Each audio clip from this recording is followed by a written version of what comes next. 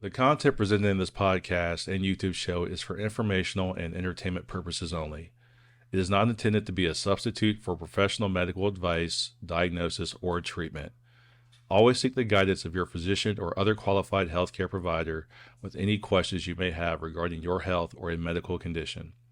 Never disregard professional medical advice or delay in seeking it because of something you have heard or seen on this show.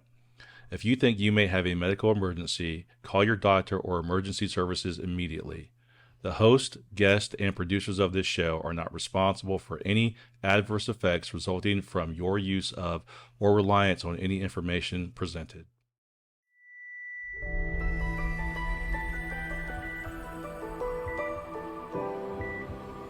Andrea, can you hear us?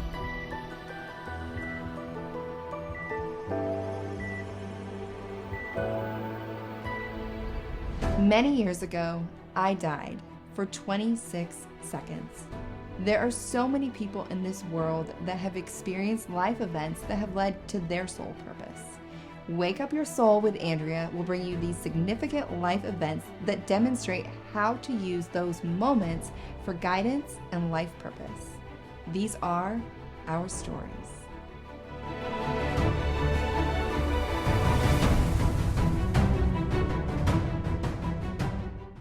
Hi, everyone, and welcome back to Wake Up Your Soul.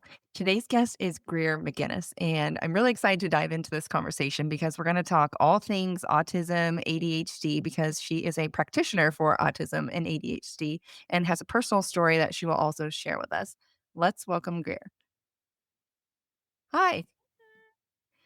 I'm very excited to have you here because we connected briefly on Instagram because somebody had posted a video about how it broke their heart that they had to break down and they had to give their kid an antibiotic and that they just had to do it. And you kind of commented that, have to, maybe not sort of thing. And people were kind of jumping all over you for saying that. But I have two kids, 4 and 8. We've never used an antibiotic. And my kids go to school. It's not like we live in a bubble. And I say that just to say that I really do believe that if you stay on top of things, and I mean, the majority of these things have a natural solution. Let's just go back 100 years ago. I mean, obviously there were people dying of certain things back then, but things have really evolved as far as natural medicine goes as well. We had great medicine back then, but now it's even better. So I do want to talk about that. But let's talk briefly just how you even came to becoming this practitioner for autism and ADHD. Yeah, and so thanks for having me. And it was very funny that we connected that way because I usually don't comment on people's social media, and I felt bad that this mom was literally being bombarded, and people were making it, in medicine. I'm a practitioner. I've been working in healthcare for 20 years now, and things that I learned 20 years ago has drastically changed over the last 20 years. So it's a very interesting concept of things that I never quite understood fully coming full circle. So I got into working, I wanted to do something in healthcare. I didn't want to be a doctor and I didn't want to be a nurse. And my sister actually was the one that said, why don't you become a registered dietitian? There's so many things that you can do as a licensed registered dietitian, and it fits you. It fits your nutrition and holistic, everything. And I was like, oh my gosh, I could do so much with this. So I started working in healthcare and quickly realized that unfortunately the system was working against us as much as they needed us to help educate. And we really were falling behind. We really weren't making a dent. It didn't feel like a dent in what we were trying to accomplish with healthcare. So when I had my son, I thought I was trained in everything. I thought I knew everything. I thought I understood how to raise a kid and nutrition and all that thing. And when my son unfortunately regressed into autism when he was about 19 months, and that kind of catapulted me into a whole different lifestyle and understanding things at a deeper level. Again, being a practitioner from 20 years ago, we were told like autism is genetic. They're delayed from birth with a speech delay, articulation, with motor skills, motor planning, everything that, from birth. But then all of a sudden with this now regression later in life is totally normal. And that was never something that I was taught. Mm. When we're looking at children, they're not supposed to regress later in life. That's not part of it. So when I kept going to all these specialists and they kept telling me he was delayed and he has autism now, and I was like, but that wasn't a month ago. Like nothing made sense to me.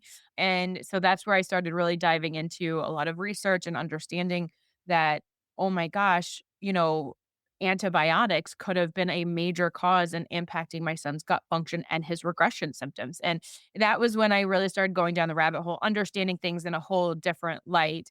And so now I mostly work functionally with kids with autism and ADHD, and I haven't looked back since. I love sharing stories like this because it's similar to my own experience where I had Lyme disease and I was super sick. And so then it was like, well, why did this even happen in the first place? Because as you start going down the rabbit hole and doing all this research, you realize the majority of the population is going to have Lyme. There's so many different ways that you can get it, but why isn't my body handling this? And so then you just start, uncovering all these pieces. And then we started to have children. And then it was starting to look into all the things like, okay, well, oh my God, that's toxic. And you start learning all these different things. And yes, all the genetic pieces that the kids can have. And that was a big thing. My daughter, that was like one of the first things I did. I don't even know how old she was when I was cheek swabbing her at home, doing this long genetic test on her, trying to figure out like, what are we dealing with this child? Like, you don't know until you do a test like that where you can understand if they have MTHFR, what are their genetics? Are they going to be able to detox well with certain things? So, do you know what it was that really triggered your son's autism? I think it was a combo of so many different things, unfortunately. And again, I hate that saying, and people used to say it to me all the time, when you know better, you do better. And I really, that saying bothers me because there's a part of me that's like, I should have known better, Mm. but I wasn't educated better. And that's the problem. So between the ages of 1 and 2, my son had at least 7 ear infections. Mm. And every time it was antibiotics, antibiotics, not realizing that, and not one pediatrician explained to me, we need to be careful with doing rounds and rounds of antibiotics early on, especially under the age of 2, because it can significantly impact their microbiome development. It can significantly impact their immune system development and their brain development. Not one person ever explained that to me. They just kept saying, oh, no, he'll be fine. No problem. Yep, keep going. You could kinda give him a probiotic, it may help. And I'm sitting there, and now that I know this information, and I'm like, I know better, I would have done better, and I wish I could go back in time. So I think for my son, it was a combo of so many different things. It was a perfect storm, and that's typically what I hear from a lot of my families. There's usually like a straw that breaks the camel's back Mhm. type of thing. And I'm like, "Man, I should have known better." And when I had my second didn't have his first antibiotic till I think he was like 4 or 5, when he got a really bad strep infection that we could not fix and work on our own, which is fine. And that's okay. And that's what this mom was talking about on Instagram when we were talking, where there is a time and place for antibiotics. No, we want to always be giving antibiotics. And I learned how to treat ear infections naturally on my own after having my oldest.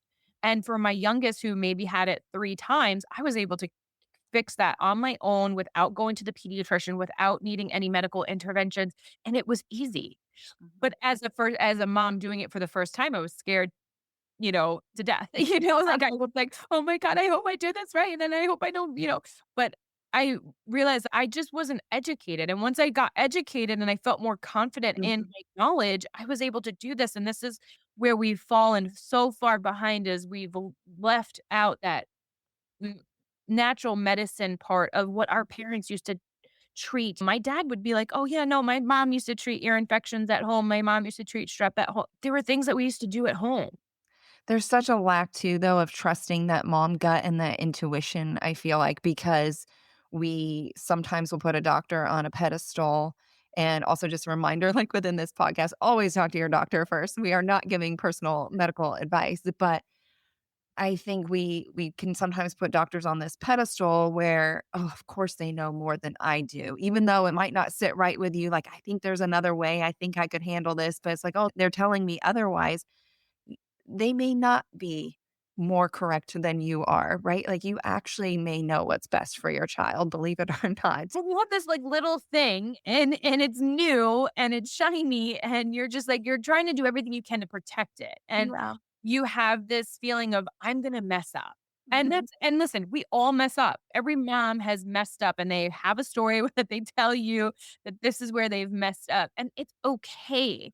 We want to protect our kids and I think part of it is in society, we have what we call the standard practice of care. So now the standard practice of care is if your kid has a fever, they have an ear infection, they get antibiotics, Mhm. regardless of if it's viral or bacterial. Mhm. And we essentially just say, okay, but this is all you need, and we fix it one, two, three. But then the problem, what they don't tell you is the aftermath, what it does to the microbiome, what it does to their immune system, what it does is the fact that now they might need more reoccurrence of antibiotics in the future. All these things change, and we just don't get that education. Yeah. Well, let's talk about microbiome for a little bit because I think for those of us that have had to go down the rabbit hole to save ourselves, save our children, we can understand that. But I think a lot of people listening, this could be their first time even being exposed to just the word itself, microbiome, or, okay, I hear that word floating around. I feel like it floats around a lot more than it did 10 years ago. But people are probably like, I don't even know what this means. What does this mean in terms of my health? What is all this? Yeah. So, believe it or not, in the last 10 years or so, even just research on the brain and the microbiome has like flourished tenfold. Like we've learned more about it in the last 10 years than we ever have before. Mhm.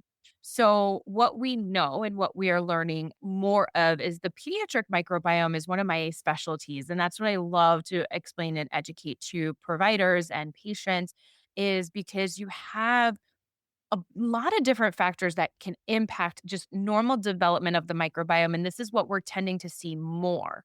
So, when a baby is born, believe it or not, the first 6 months of life is the most critical. And there are roughly about seven main impact factors that can affect the normal development of the microbiome. The three main ones, believe it or not, is birthing versus vaginal or C section, Mhm. breastfeeding and formula, and then when we inoculate their gut with food. Mhm. Those are like the three main big pieces. There are other environmental factors that can impact it, but those are the three main things. So, what we're seeing more of, and again, this is not to shame anybody, this is just literally from research statistics that we know of, that we know that kids who are born with moms who have C sections, babies who are born and who are formula fed, or even eat foods earlier on, they have higher risks of chronic health conditions later in life. We just know this information because it's not the norm of development, if we would say that correctly. The norm of development is a vaginal birth, breastfeeding for 1 to 2 years, and then initiating food and feeding after 6 months. All these steps, believe it or not, actually help develop the microbiome in a proper manner. So if you have a baby who is C section, versus vaginal birth. They typically have lower levels of bifidobacterium in their gut, which is essential and critical for breaking down and digesting carbohydrates and producing good bacteria in the gut, especially when they're formula and breastfeeding. So it really starts to maintain that microbiome aspect.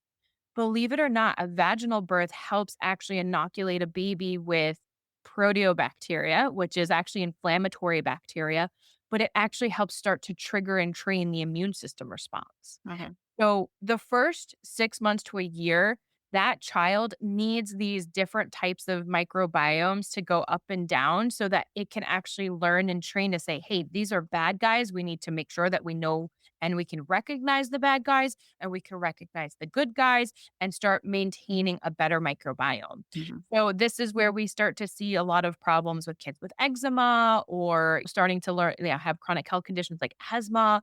So that's learning the pediatric microbiome, and it's I could talk about it forever. As you could tell, it's one of my favorite things to talk about. Well, I want to know for the mothers that did have to have a C-section, they're going to feel a lot of guilt, right? But like, what can they do to ease their mind? I mean, obviously, it is what it is. There's certain things we just There are cannot times undo. that it happens. Like, listen, I'm not saying, there are times that we have to have a C-section and that's okay. There's actually a couple of things that I do inform my families about when they have to do that. And I know this might sound gross and disgusting, but we're going to talk about it anyways because it is medical. You can put a glove on and wipe out the vaginal canal and wipe it all over the baby. It's Mhm. actually really important that they get all those microorganisms that are down there because it actually starts to help maintain a healthy microbiome. So I've had parents do that and it has worked beautifully. The other thing is we can do a stool test on a child at any age and see where their microbiome is to help push it into the right direction. The great thing about a pediatric microbiome is it doesn't take that much to give and like some supplements to push it into the right direction. And that's the beauty of working with pediatrics is it's not like I have to throw the kitchen sink at them. I could say, okay, we're low here. We need to either focus on these types of foods or we might need a little supplementation just for a short period of time just to get the gut moving and grooving. And then the diet will take over. I actually have a question because I'm curious about this.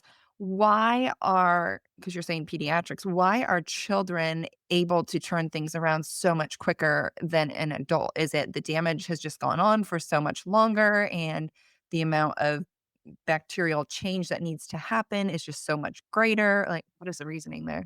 Because the growth of the pediatric microbiome and development is happening so rapidly Okay. during the first 2 years of life. So during those first 2 years of life, there's so much change. Like every month, it's like a new child. Every month, it's like new things are developing and growing. If you really look at a child who comes out of the womb and then a 2-year-old, within 2 years, they come from right being out of the womb to walking, talking, eating. You know, so that it's such a rapid growth, and so it doesn't take much to push the gut into the body into the right direction. And this is where many times you'll have kiddos who might have allergies or anything or eczema early on, then all of a sudden around 3 or 4, they grow out of them, Mhm. and that's just the normal development of the pediatric microbiome into a normal gut microbiome, and their bodies are able to just go into that natural direction. Yeah. And I can relate and understand all this. And I'll share briefly with my first. You're figuring all this stuff out, but also we had a second layer. We had a surrogate as well. And so I think I had a lot of backup plans. And actually, one of them was I knew about, okay, if she isn't able to be delivered vaginally, okay, I knew we could swab inside the vaginal canal. And I knew that would be helpful. But what I didn't think about was like, okay, if our surrogate for whatever reason cannot nurse or doesn't want to, where do we go from here? Obviously, I was planning to do formula, but, we had I think it was goat's milk formula was our plan for something more gentle, and our daughter actually had blood in her stool, I think, by day 3, and she wasn't even taking the formula well from the get-go, and I didn't know any different. It was my first baby, so I didn't know she wasn't taking it well. I was like, "Oh, babies don't eat much. I don't know." Right. And then the blood happened, and then I connected with somebody holistic, and we were talking before we started filming, but connecting with Facebook moms and people, but I connected on Facebook with somebody holistic as well. She does Chinese medicine, but she's fabulous.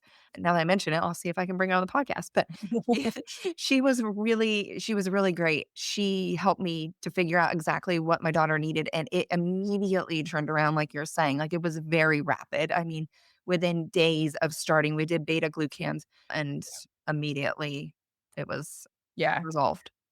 Yeah, it's truly amazing sometimes when you identify a problem. There and with Chinese medicine, there's so many things that they do differently than we might do in functional medicine just because of their training is different.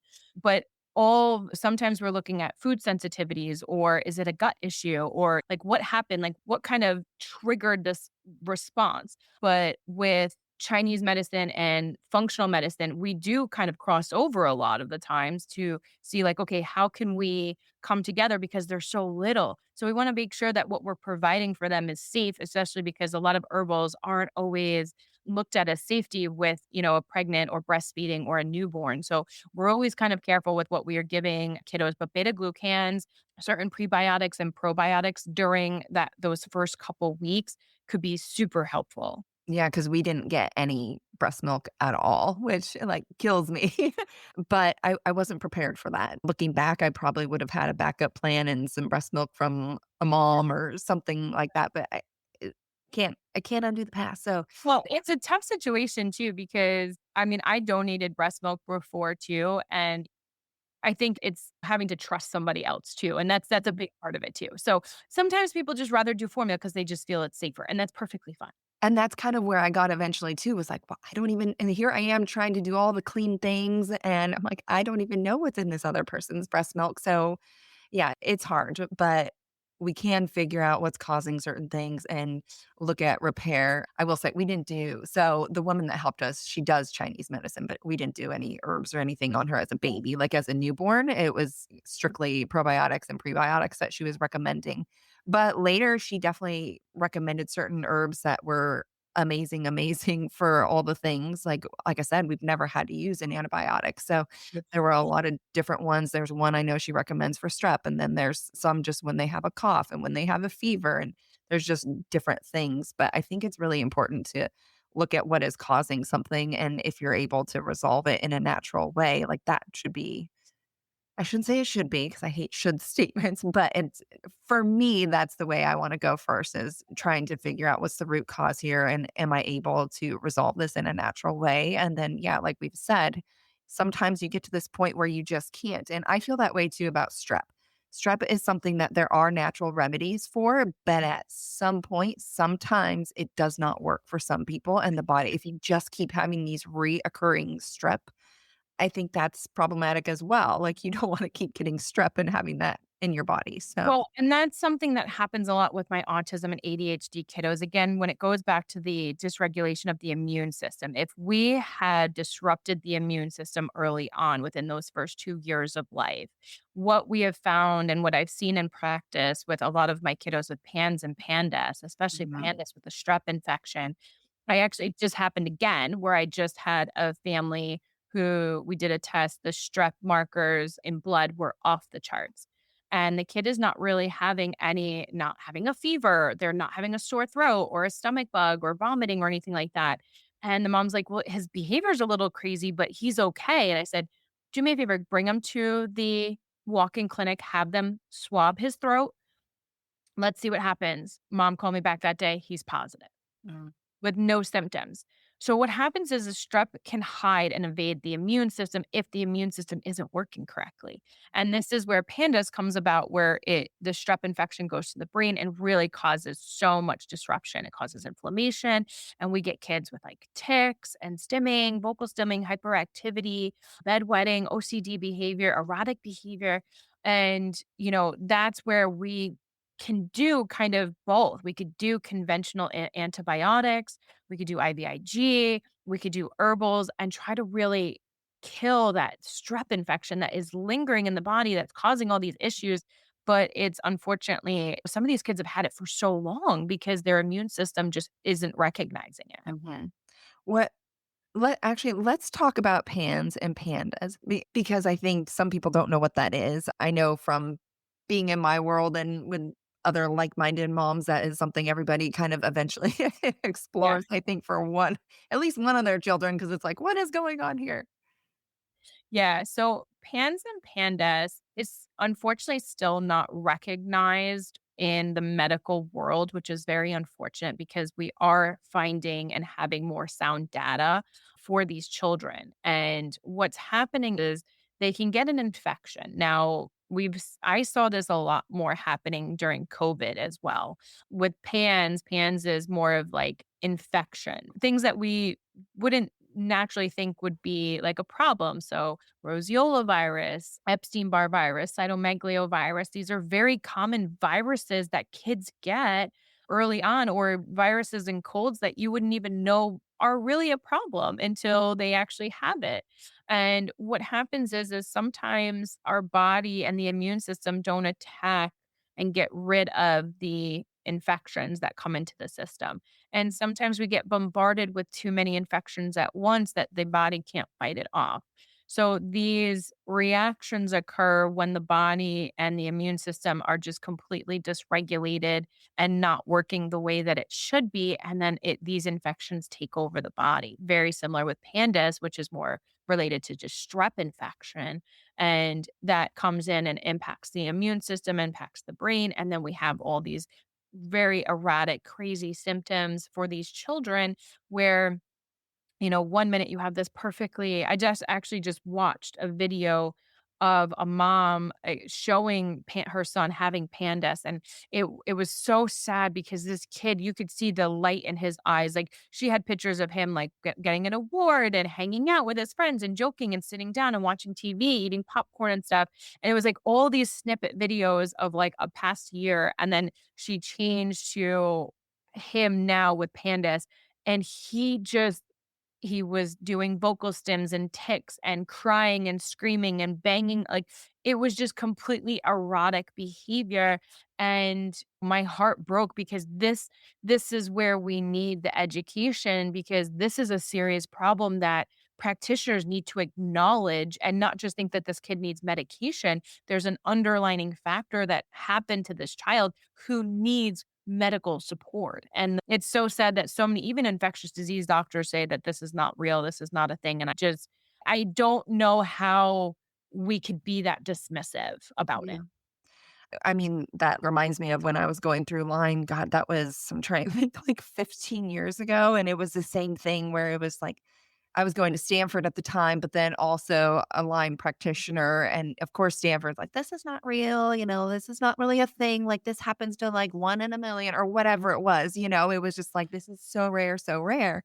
But I actually heard that the doctor that I was going to, I think myself and another patient that I had recommended to him, finally, like, we made him start to open his eyes, because it was like, Right. "Oh my god, these patients have gone through this Lyme treatment and things are turning around." And for me, I felt like it was very undeniable, and I could see that the doctors were kind of like, "Okay, yeah, okay, this makes sense, but, maybe not." But, like, I have a pacemaker, and I was using it. I had gotten up to almost 30% a day usage, and then when I started my Lyme treatment, at one point, when I was on a certain very particular combination of drugs, I actually got down to 1% usage on the pacemaker.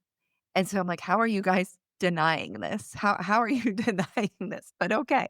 The CDC hasn't updated their Lyme criteria since the 1970s. So they only believe in acute Lyme issues. They don't believe in chronic Lyme. So unless you were bitten by a tick a week or two ago and had the bullseye rash, which only like 20% of people actually ever get, that they'll treat that and say, yes, you had Lyme disease. But if you were bitten by a tick or, from a partner from 10, 15 years ago, and now all of a sudden you're having all these crazy symptoms, and they're gonna be like, "Well, that's not Lyme disease, like, it can't be from Lyme." And it's so crazy that, like, this is why we have branched off groups, like Lyme bites and stuff like that, and ILADS, is because these doctors have gotten together and going, "No, like, chronic Lyme is a thing. We need to separate to be able to test these patients and be able to help them, because this is obviously the problem."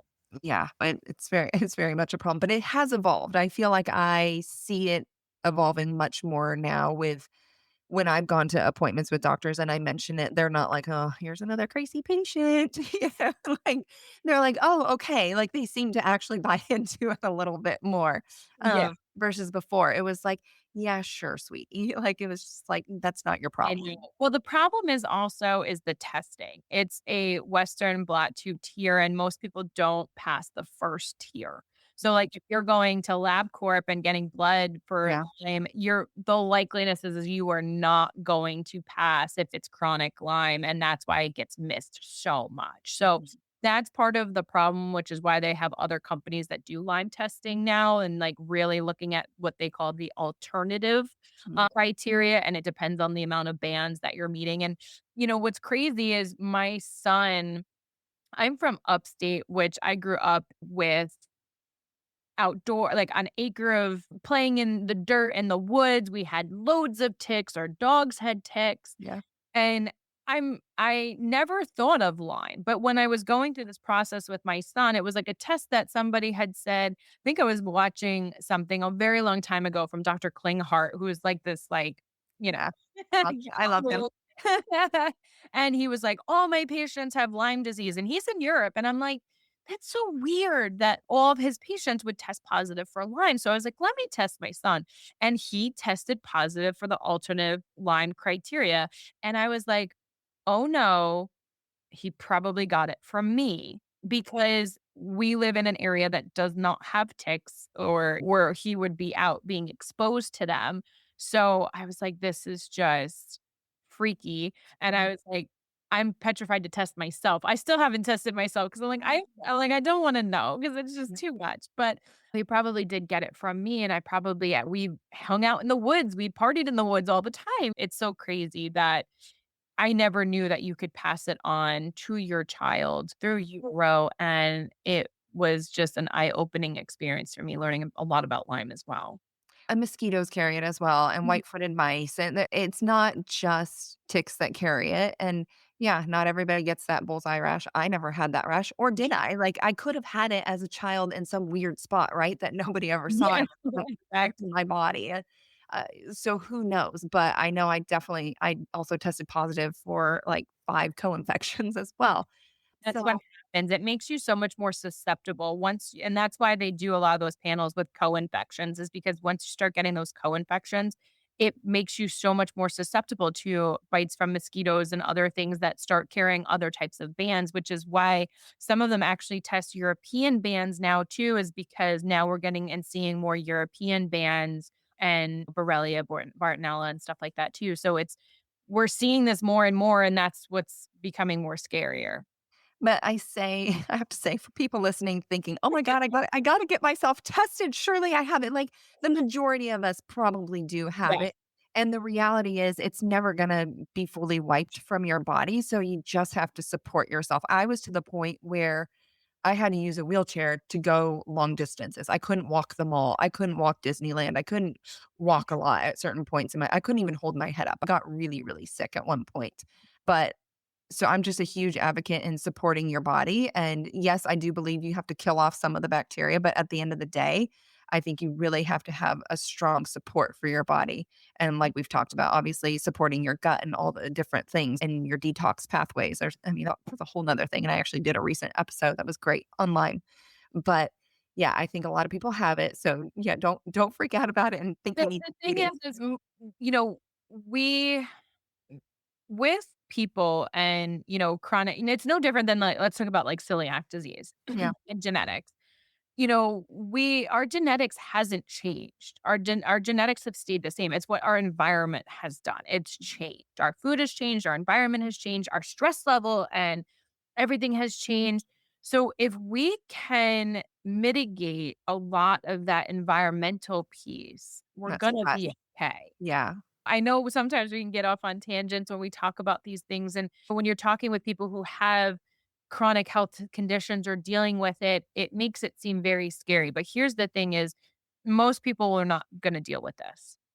Most people are going to make big changes in their life or live a healthy lifestyle. So these things won't ever affect them. Mhm. Sometimes it's bad luck, and the perfect storm where we just are those types of people who, and I always try to look at the silver lining.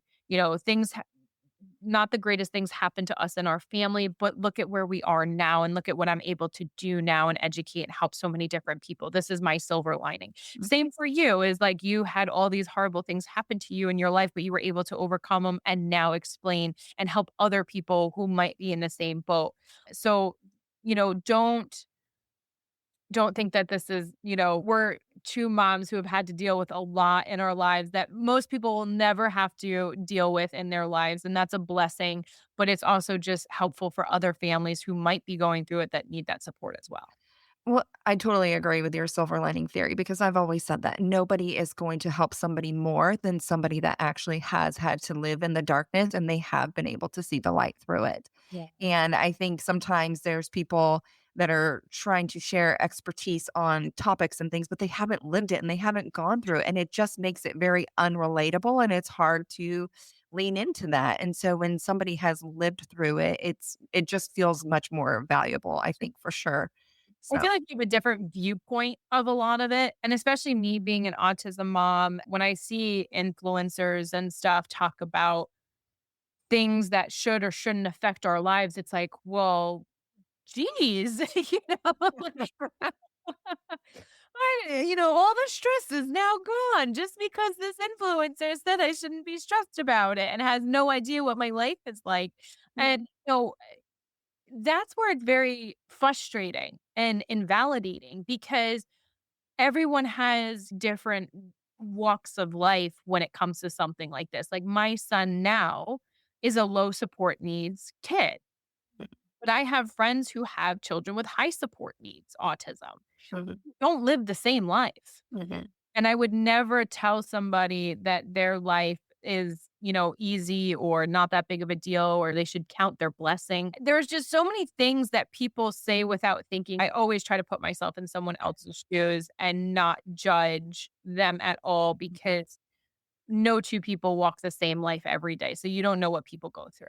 That was one of the biggest takeaways for me, and going through all that I went through was really looking at that piece of like, and I always was, even as a child, I actually was that person. And it's somewhere along the way, I don't know if it was my mom or teachers or whatever, but it was like, put yourself in that person's shoes. And then how does it feel? And just having that reversed role. And for me, when I became super ill, actually with ulcerative colitis at the time, I mean, I remember parking my little butt down on the floor in a Home Depot, and some guy came and said something super snarky to me about me being in the way, and it was like, I was so happy to just be out of the house, and I thought I was out of the way. I think I was sitting by, like, a magazine rack or something, like, I did my best, but, like, I needed to sit down in that moment. I was weak and I couldn't keep going, but he had no idea, and so I do always, I shouldn't say always, because I'm human and I'm not perfect, but I definitely try to, at some point, come around to having that reflection of, "Okay, Andrea, you don't know where this person is coming from. You don't know what kind of day they've had. You don't know what kind of life they've had,"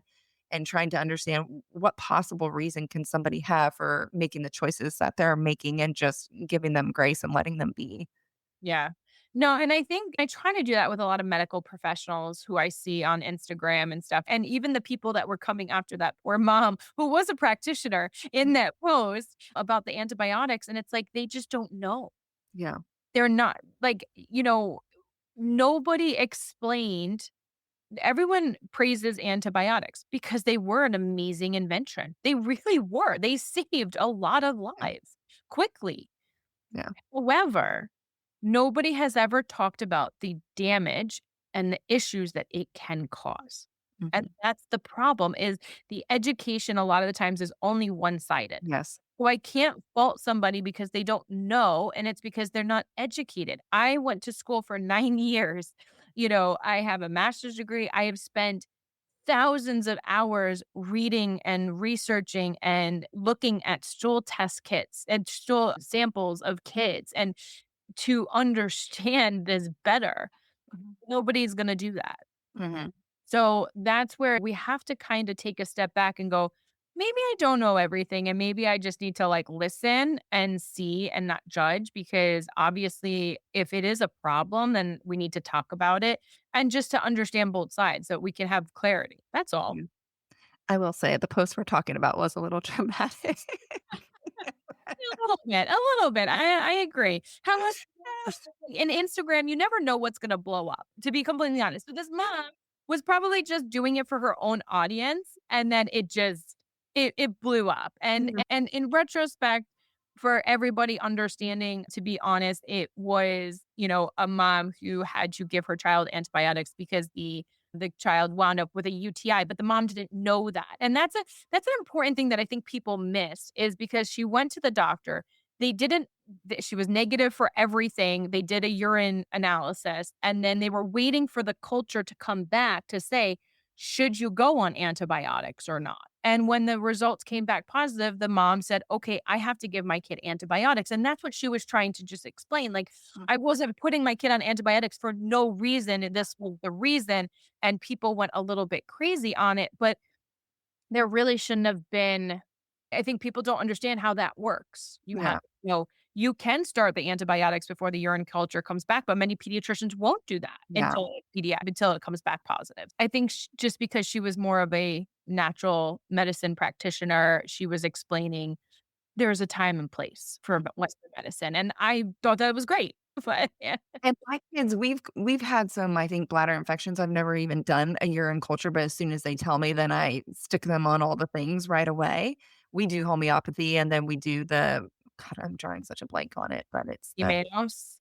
yes, the D-Manos and cranberry and stuff like that, and we start that immediately, and usually I shouldn't say usually, it does, it always works. Yeah.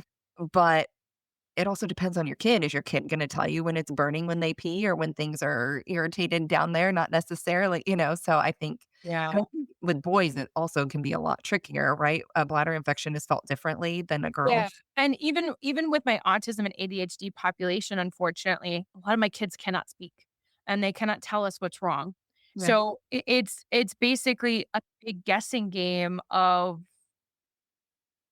what's wrong. We have to sometimes go by symptoms. We have to go by how they're feeling, how their moods are, and just kind of gauge where we're at with certain things. And that's why we use diagnostic criterias and clues and testing to kind of see like what's going on. Because nothing is black and white with my population, unfortunately. Yeah, that's a good point. Yeah, that's a very good point with your population and with the kids that are a little less expressive or even nonverbal. I think some of the infections can go a little too long. And then, yeah, I can understand that. So, what are some of your favorite recommendations for people just for wellness, just for keeping up wellness for their child? Maybe keeping up their detox pathways or keeping their nervous system balanced. What are some of your favorite things? Yeah. So I call it my 4 pillars of detox and things like that. One is making sure that you have clean water. Our water supply in the United States is a lot of times horrific and has a lot of stuff in it. So making sure because we need water. We need to drink water every single day to survive. So trying to just drink clean water, getting a water filtration system and doing clean water is always one of my top things, which is super easy to do. The second thing is food. Our kids consume way too much sugar, way too many carbohydrates and stuff. And so, one of the things we want to focus on is just shifting nutrition a little bit, really focusing on higher protein, lower sugar, trying to get more fruits and vegetables, which I know is easier said than done. Sometimes it's just, re-looking and just swapping out a few things. Mhm. Okay. It's just making instead of buying the package of muffins that's loaded with sugar, how about we make a muffin? And just making small little swaps is super, super helpful. Mhm. Getting outside and getting sunlight. Even if it's cold outside, stick those kids outside. Get them outside in the air, let them touch the ground, and just enjoy just being outside off of the iPads, off of screen times.